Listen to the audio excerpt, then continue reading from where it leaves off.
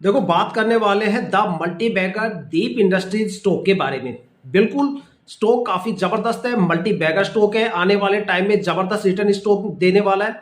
अभी तक जो पिछले साल स्टॉक ने रिटर्न दिए हैं वो भी काफी जबरदस्त है, और वो भी प्रमोटर की बिना होल्डिंग चेंज हुए इतने जबरदस्त रिटर्न स्टॉक ने दिए हैं। पता है, मैं यहाँ पे स्टॉक में ना दो चीज, सबसे इंपॉर्टेंट चीज बताने वाला हूँ। एक तो स्टॉक के पिछले 5 साल के रिटर्न, और एक यहाँ पे होल्डिंग पैटर्न। देखो, दोनों चीज काफी ज्यादा इंपॉर्टेंट होती है। क्यों इंपॉर्टेंट होती है वो मैं आपको बताता हूँ। देखो, हमारे इंडियन स्टॉक मार्केट में कुछ इन्वेस्टर ऐसे होते हैं जिनको, जो नए फ्रेशर्स होते हैं, उनको पता नहीं होता। वो बेसिक फंडामेंटल देखते हैं स्टॉक के और स्टॉक मार्केट में कूद जाते हैं।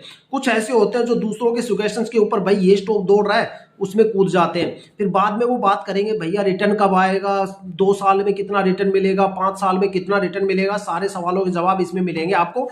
और कुछ कस्टमर ऐसे होते हैं कि भैया यहाँ तो प्रमोटर धीरे धीरे होल्डिंग कम कर रहे हैं, वो रीजंस भी यहाँ पे आपको बताऊंगा। देखो, किसी भी स्टॉक के होल्डिंग पैटर्न कम से कम, मेरे अकॉर्डिंग, जो वहां पे प्रमोटर की होल्डिंग कम से कम 50% तो होनी होनी चाहिए।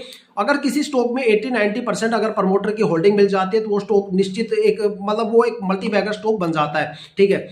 अब जिस खास तौर पे स्टॉक में कभी भी एफआईआई और डीआईआई की होल्डिंग कंसीडर नहीं करनी चाहिए। देखो, अक्टूबर में आपने देखा होगा कि एफआईआई ने कितने बड़े लेवल पे बिकवाली की और वहां पे गिरावट का मंजर हो गया, क्योंकि एफआईआई की होल्डिंग चाहे कितनी भी बड़ी हो स्टॉक में, लेकिन अगर बिकवाली जिस दिन शुरू होगी तो सबसे पहले एफआईआई वहां से निकल के भाग जाएगी और आप लोगों को वहां पे गिरावट में फंसा के चली जाएगी।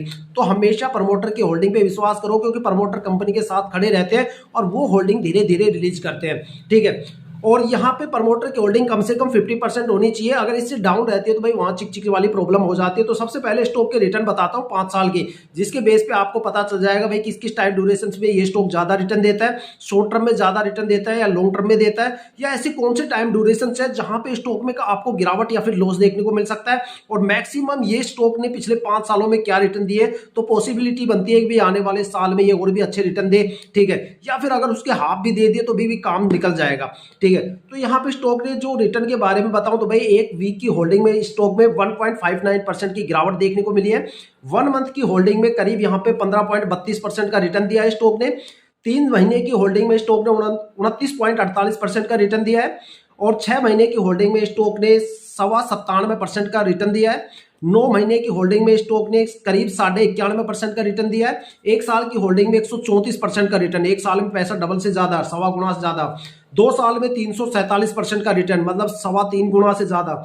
3 साल में स्टॉक ने 718% का रिटर्न, मतलब 3 साल में 7 गुना। 4 साल में स्टॉक ने 3189% का रिटर्न दिया है, और 5 साल में भी यह रिटर्न दिया है। ठीक है। और यहाँ पे जो होल्डिंग पैटर्न है, प्रमोटर की जो होल्डिंग है 63.49 है, पिछले साल भी